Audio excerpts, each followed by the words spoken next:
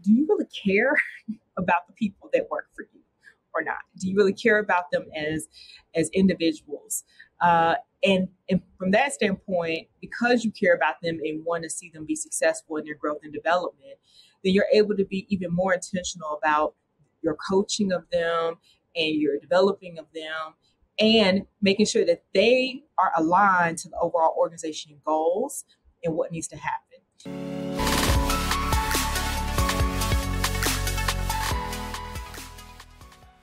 Hello and welcome back to this week's episode of the Ways of Working podcast, your weekly dose of high-performance culture discussion with leaders who've gained a performance edge and want to share it with you. Before you put your phone down, please hit subscribe or follow on whichever platform you're listening on so you don't miss out on any future episodes. This week, we are talking to the incredible Alex Smith. Alex is the Chief HR Officer for the City of Memphis. Alex is also the 2022 HRD Global HR 100 leader, the 2021 Memphis Business Journal Top 40 Under 40, the 2021 Memphis Urban Elite, and a raft of other accolades. So clearly she knows what she's talking about when it comes to the world of HR. One thing that I'm particularly excited about is Alex was recognized by Today magazine as the CHRO of the year, and the work that she did for positioning the City of Memphis as a model for city government for the 21st century. Alex, wow. Welcome to the show. How are you? Oh, thank you. It's wonderful to be here, Jimmy. Amazing. So first of all, clearly, the City of Memphis is doing something right, but tell us a little bit about some of the work you've been up to for the last few years that has resulted in these incredible accolades, but also, I'm sure, making a significant difference to the city. Absolutely. Well, I would say our focus here at the City of Memphis has been about making life better for Memphians every day. And it has its own set of challenges in doing that. But from a human resources perspective, putting in programs to help not only attract talent, especially people who may not have traditionally looked at government as a place to work, as well as looking at innovative ways on how we can retain talent and grow and develop talent as well. And so I've spent the bulk of my last 7 years, and in particular the last 3, really focused on the challenge of how do you attract and retain talent, particularly in one of the toughest labor markets I think that anyone has seen due to the pandemic. Absolutely. And what was it that attracted you initially to working in central government? What was the route in? Well, from my beginnings as a young child, my parents were in public service, and I always had a heart for service and helping others. And so when I had the opportunity to combine 2 things that I love, which is human resources and being able to work in the public sector, I wanted to take advantage of that opportunity and come to Memphis and really do some good work. And when we think about it, the core work of helping to support those who are supporting others, especially people in their darkest moments, is truly life-changing work. And so it's been an honor to serve here in this public sector capacity. Fantastic. And I kept on hearing that word service and being of service coming up. And I know that we're going to go into this in a little bit more detail. But for those listeners who might be sitting thinking, service, I'm of service. We're talking about something different, right? We're talking about servant leadership and being of service in the way you do your professional work. So could you tell us a little bit more about what is servant leadership? Truly see servant leadership as being in a core mindset. And that mindset is truly being at service to other people to help other people win and help the organization win. And so what does that look like? What it means is, understanding goal alignment and how your goals connect to others and seeing where you can help to get others across the finish line. It also means helping to remove blockers and things that are challenging, locating resources, helping to make sure that those that work for you have what they need to be successful, but those who are peers of yours have what they need to be successful, as well as your upper leadership. I really do see servant leadership as being about the focus of making sure that everyone has what they need to really help the organization be successful. I love that. We talk a lot in my practice around the concept of the icebreaker leader.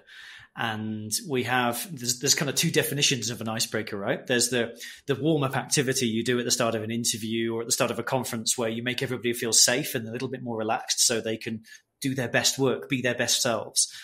And then there's the other side of the icebreaker, which is that ship that sails in front of the flotilla and literally breaks the ice, and it gets the ice out of the way so the other ships can sail through effectively and speedily. And I think servant leadership has a lot to do with both of those, right? How do you see them linking up? Well, I think that there's an important part of understanding, number one, where the organization should be going and doing what you can to help push and support those around you to move in that direction. But I do see that there's an important opportunity of service and looking at how you can really, as you kind of talk about the iceberg model, break away those things that are keeping people from being able to reach their height of success. And whether that is, the lack of collaboration. And so you're the one who's the convener that's helping to organize meetings or resources, and you're helping to locate grants or resources or funding or lobbying for support to help make sure that your team has what they need, or as well as helping to even roll up your own sleeves and be able to fill in the gaps where needed. But I think this understanding that it's not about you, it's about the organization. And it's not about just the success of your team, but it's about the success of the organization. To me, that is this notion of kind of selfless leading and focusing in on helping everyone achieve. I'm so aligned. I had an amazing conversation with Kelly Jensen, who is the Senior Director of Talent Planning and Succession from Walmart a couple of weeks ago. And she was saying that leaders need to think in an enterprise way. They need to consider the needs of the organization, not just the needs of maybe themselves or their immediate team or their specific business unit, but actually thinking holistically across the enterprise. And I like the way you do that. Can you give us an example of one of the programs, one of the initiatives that you've rolled out that's helped encourage that idea of servant leadership? And what were some of the barriers to getting it off the ground that you had? Well, I think one of the most important, and this was truly actually during the pandemic, was we looked at opportunities where people could serve in, I'll call it stretch assignments or high potential opportunities in the organization. And because we're city government and we had to help lead the vaccination effort in this area, things like actually running a vaccination center or running a call center or running a contact tracing center, helping to identify suppliers so that we could get necessary PPP out to individuals. It was really important to identify individuals who had a willingness to serve and strong leadership abilities to be put into these critical roles. And we didn't have a lot of time. So the program in itself was, really quickly identifying our high potentials and placing them in these key areas where we knew we needed support and help. And this is one of those things where it was life or death. Either we were going to successfully do this, but failure was not an option. And we needed people that were willing to rise to the occasion. And I am so proud to say we found people that were willing to do so in every single area of our organization. And we were able to help this area get through the pandemic because of that. It's so interesting, to hear a real world application of leadership versus, what I would call the BAU. But actually, when we're talking crisis management in a pandemic, you had to start thinking a bit differently, right? You had to look at how do we identify these high potential people who are capable of leading initiatives in a crisis and selecting them and putting them through a development program, getting them into action as quickly as possible. And yet normally in an organization, the talent identification process is a kind of a once a year thing. How did you do it differently at such speed? Well, one of the things is we had already been in the discipline of talking about talent as a part of our performance review process. We have a calibration process where we talk about the leaders in the organization, who's ready for new opportunities, what I'll call a hot jobs, hot people type of discussion. So we were already in that practice for many, many years. So when it came to what I'll call kind of this rapid fire identification and placement, once we started meeting as a part of our emergency team management and meeting on a daily basis, it became easy to identify people to be able to do different things. We also spent time really working with our leaders to identify different skill sets so that when we said, okay, we need some people that know how to organize data quickly, we need people that understand how to use software technology, particularly cloud-based technology, we were able to quickly identify those people as well. and be able to help place them where we needed them. I also would say what was another important component is the rewarding factor. We also already had a spot bonus performance program that we had in place. And so we were able to leverage that as well as other compensation mechanisms to be able to help compensate people for these extra duties too. So having those things already in place or being able to think quickly about how to best support the organization in need, all of those things matter. Being able to get the right behaviors going. It reminds me of that. I don't know if it's a Japanese or a Chinese proverb. I'm probably going to murder it as well, but it's that the best time to plant a tree was 100 years ago. The second best time is today.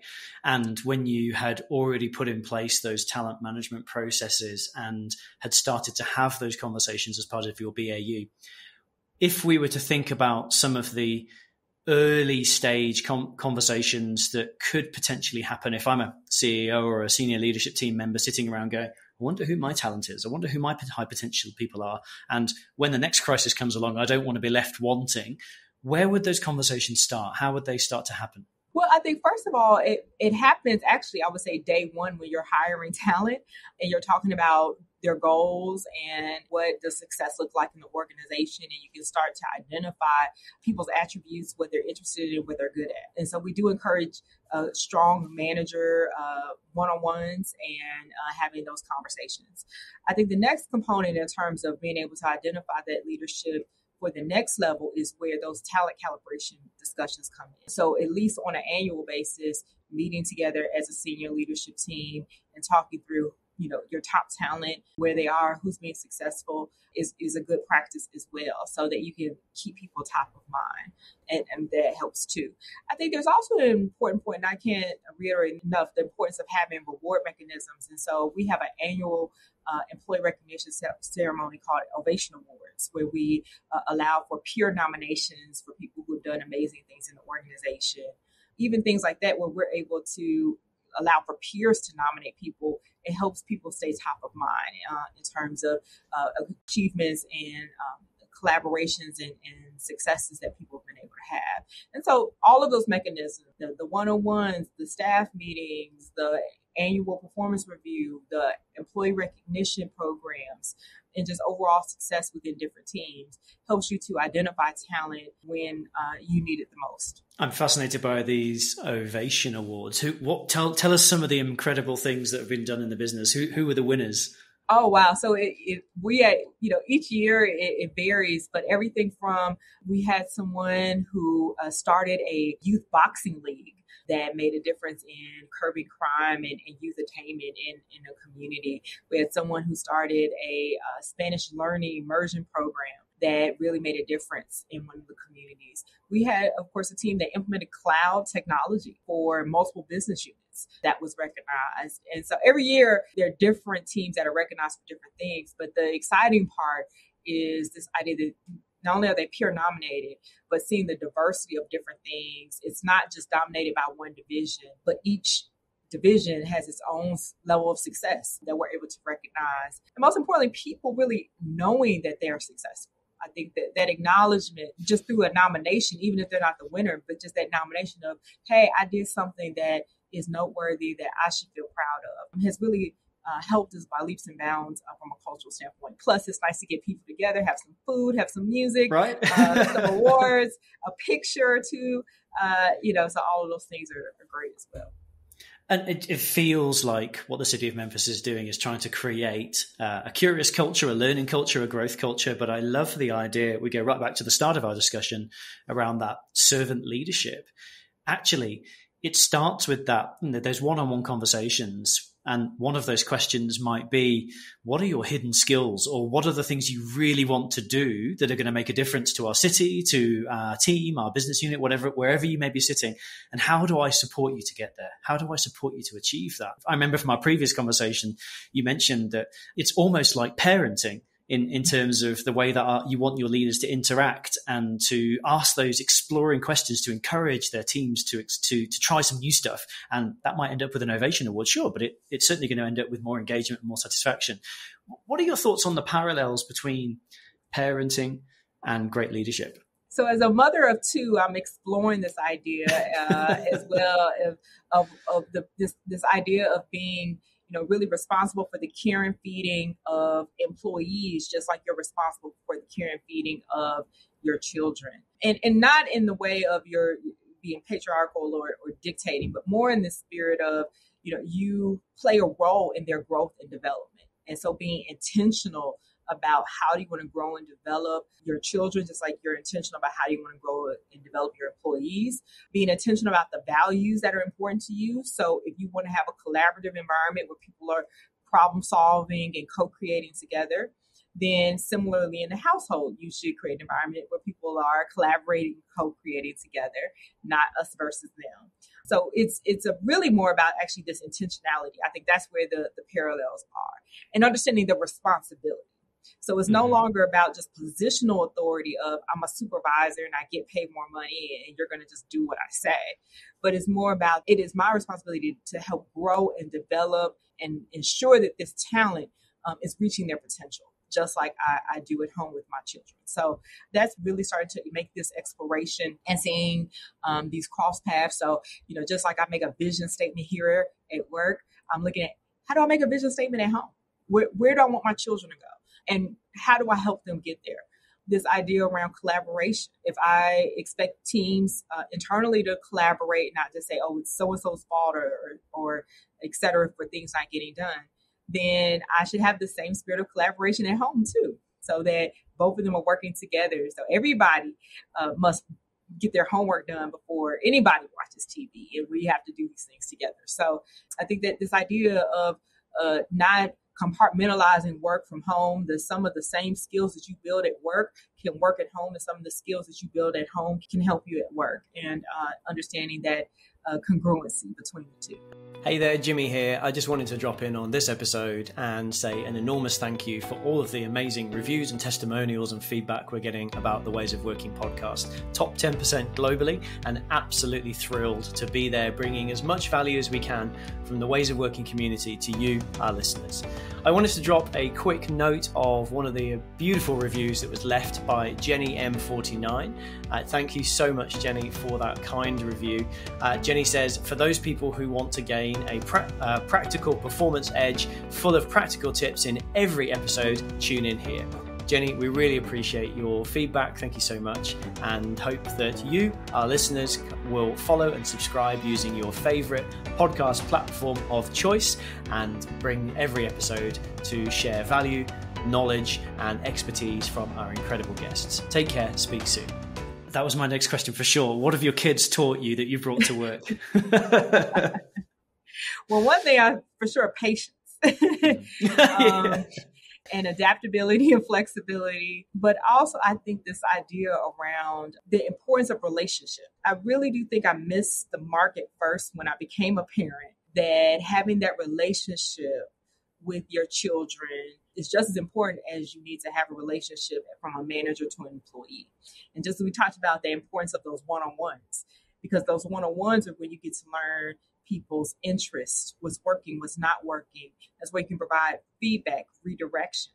Well, we have structured one-on-ones at work, but I wasn't having structured one-on-ones at home until recently. I started to be intentional of, okay, let me make sure I have individual time with each child. And through that, I've learned a lot about the importance of that relationship and building that relationship with each child and each family member, and being intentional about it once again, just as you are at work. And through that, you're able to have empathy and understanding, but you're also able to actually be more effective because you really understand the people, you understand what they need and want, and your emotional intelligence can really be at work in terms of making sure you're providing the right level of resources and really being the servant that you want to be in terms of helping them win. Absolutely. I'm so fascinated by this paradigm of parental leadership, service leadership in the workplace. And, one of the things that I think we see often, leaders at all levels, but particularly senior leaders, is that their expectations on their staff changes from what they might have as the expectations of their children. So, for example, you want your kids to go out and explore things. You want them to try new things. And if they fall over, you pick them up and you dust them off and you make sure they're not bleeding too badly. And then you send them on their way to go try again. But in an organization at that senior level, we seem to have this perception that the cost of failure is catastrophic or career ending or terminal. How can leaders bring that servant parental leadership, go explore, go try some stuff, collaborate, work together, work with your brother and sister into the workplace where it's, hey, team, I want you to try some stuff and this is how we can do it. How do they transition that in a natural way? Well, I think that this idea of that, first of all, that one-on-one relationship and building that empathy, I think that helps. And once again, really focusing in on, do you really care about the people that work for you or not? Do you really care about them as individuals? And from that standpoint, because you care about them and want to see them be successful in their growth and development, then you're able to be even more intentional about your coaching of them and your developing of them and making sure that they are aligned to the overall organization goals and what needs to happen. And so once you are able to have that established relationship, that caring, and that alignment around the goals, then you can create an environment where you don't have to be as risk averse because you understand that they understand what you need and your perspective and you understand them. And then you're able to give better redirection and guidance within those parameters to really help them be successful and for them to explore, but explore, of course, with some guardrails because you've given that perspective, but they're able to do it in an informed way. And so I think that their relationship, that sharing of the strategy and that understanding that all can create the right culture so that people can take risk, but take intelligent risk within the organization. And then because you have that relationship, if something needs to be have a change of course or it needs to be redirected, you have the relationship to do so. And they won't see it as you are having an indictment on them as a person. They'll see it as you're giving them feedback so that they can be successful. And so I think that's where it matters the most. It's wonderful. I keep finding these moments where we keep overlapping on the things we think about. And you mentioned the word care. We know from the McKinsey research that number one reason most people leave their organizations is because their leader doesn't care. And yet when you go and talk to leaders, 99.9% of leaders go, of course I care. So we've got this care dissonance. I don't feel cared about, but my leader says they care about me. How, in that one-on-one conversation, what are some of the questions that you as a senior leader would be asking to try and get to the bottom of, I care about you and let's build a relationship of empathy and care together? Well, one thing I will say is you can't go into a meeting saying, let's build a relationship of empathy. And, absolutely. It has to be more authentic than that. And so when I have my one-on-ones, I talk with particularly my direct reports, and I coach other leaders to do this as well. Ask them about them. What are they interested in? What do they want to do? Where are they from? What brought them here? What would they like to do next? And really ask those getting to know you questions. That is the beginning of showing that you have a genuine interest in someone and that you care about. The basis of any human relationship is you asking someone about them and not leading the conversation just with you and what you want and what's important to you, but asking them. So I think taking the time to once again build that individual relationship and to ask those questions, I think is important. I think the second component is that authenticity and vulnerability as a leader.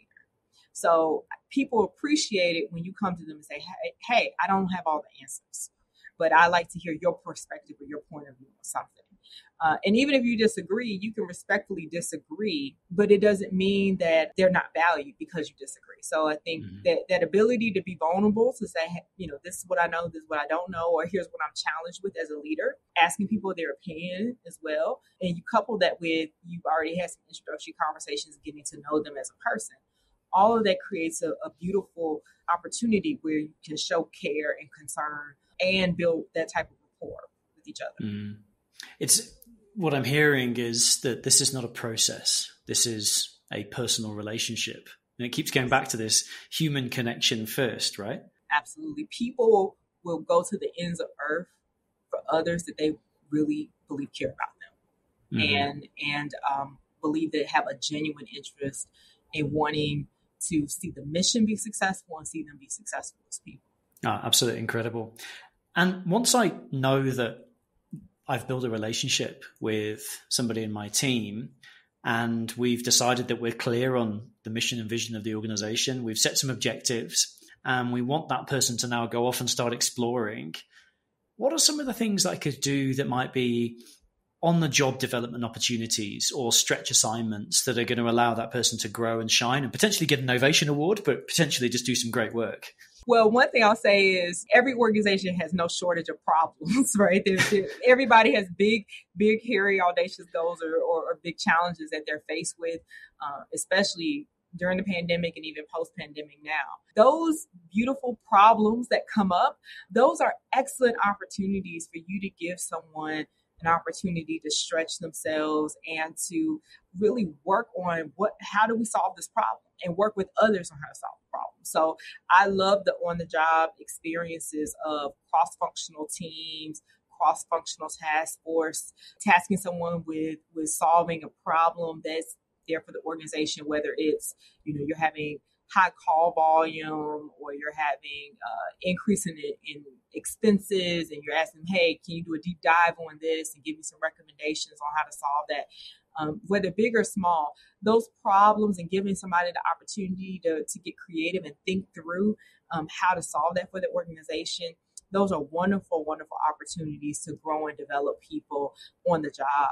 I think also whenever you have turnover, I think that's a great opportunity where if somebody's leaving and you need someone to fill in the interim while you're searching for a new person, or you give somebody the opportunity to maybe have a job enlargement and take on a few more responsibilities, those are great opportunities too. And so always be thinking about how you can grow and develop people and build different capabilities. One thing I know to be true, and I think any personal trainer will tell you this, is that you can't build muscle without working the muscle. And so being intentional about giving people opportunities to grow and develop in whatever areas are important for them, you got to give them opportunities in practice, and creating the environment to do that is important. I heard a critical statement there is the areas that are important to them, because then they're going to be motivated to do that. So understanding what's important to them, understanding whether they're looking for that stretch assignment now, or actually they just had a new child, or they've got a sick member of the family at home. And so their eyes right now is the priority is somewhere else, and adapting and flexing the plan to meet the needs of the business based on the talent and the capability you've got is absolutely critical. Have you got any amazing examples of where you've been stretched in your own career that has allowed you to grow and develop to where you are now? Absolutely. I have a few different examples. So early in my career, I started off in HR, and then I took the bold move to leave HR and go into the operations and join the customer experience team. And it was 2 years of really, really challenging work. Everything from learning a new vernacular, because HR has its own way of speaking and doing things, and then actually going into the operations and having to learn different important metrics, different words, definitions, and rhythms and things like that. All of that was a big stretch. But one of the things that was very, very important to me at the time, and it still is building both breadth and depth. So understanding challenges from a multitude of different perspectives, and then being able to meet other people and understand different experiences, etc.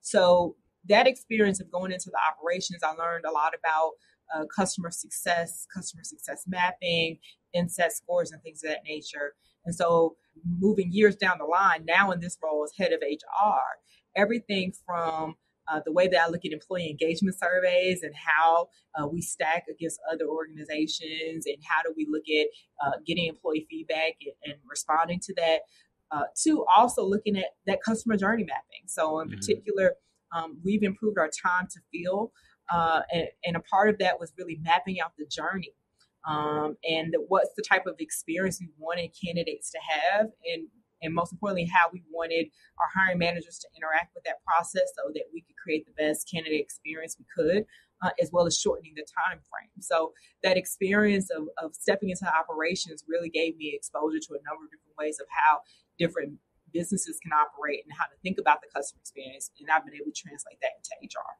Amazing. And how did your leader support you as you stepped from an HR role into an operational role? What support did you get? I actually was able to get support both from the leadership in HR at the time, as well as my mentors as well. And one of the things that I found really important is being able to have peer mentors and get extra support.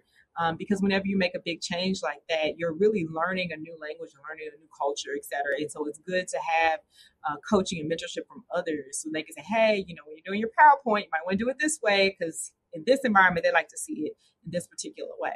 Or, you want to make sure you set up your calls at 5 a.m. so you can hit all the major time zones. Because, APAC is 12 hours ahead and London's in the middle. And so you might need to set your schedule up a little bit differently. And all those things and advice was really helpful. I love that. And the idea of having that servant leader sitting behind you to be supportive and encourage you, and it allow you to explore some, as you say, some whole new paradigms, just sounds a gift and has clearly set you up for success in the current role. Just as we move to finish up, what's exciting on the rest of the year's agenda for you? Well, we are at the end of our term. So we are term limited, and we've served 2 terms. So our last day here is December 31st, 2023. And so this year is all about the year of transition. And how do we help not only have good standard operating procedures, but really good understanding information about our organization so that we can have a succinct and peaceful transfer of power into the next administration. And so a lot of my energy is really spent towards how do we make sure we codify everything we've done, make sure we captured our lessons learned and good practices so that we can pass that on and help continue the momentum for the city of Memphis. Fantastic. Sounds like some incredible work underway. And I know the City of Memphis is extremely grateful for all of the hard work that you and your team are doing. If people want to get in touch, if they want to learn more about the work you do and the inspiration that you provide, what's the best way for them to reach out? They can find me on LinkedIn. I'm at CHRO Alex Smith. I'm also on Instagram and Twitter, and definitely can connect with me at any of those platforms and hear more about what's happening with me and what's happening with our work here at the City of Memphis. Fantastic. And we'll make sure that we pop in the links in the show notes so you can find all the details to contact Alex right below this episode. Alex, thank you so much for taking us on an incredible journey through servant leadership, through the concepts of collaboration, through a little bit of parental leadership as well, and then finally into how we manage stretch assignments, risk tolerance, and all of the other things that are going on in the City of Memphis. Really appreciate your time. Thank you. Absolutely. Thank you so much, Jimmy. Fantastic. And if you enjoyed this episode of the Ways of Working podcast, please do leave us a review on whichever platform you listen on. It helps. More reviews help us get more listeners because we can deliver the Ways of Working concepts and the incredible guests that we talk to more ears. That's it for this week. I'll speak to you next time on the Ways of Working podcast.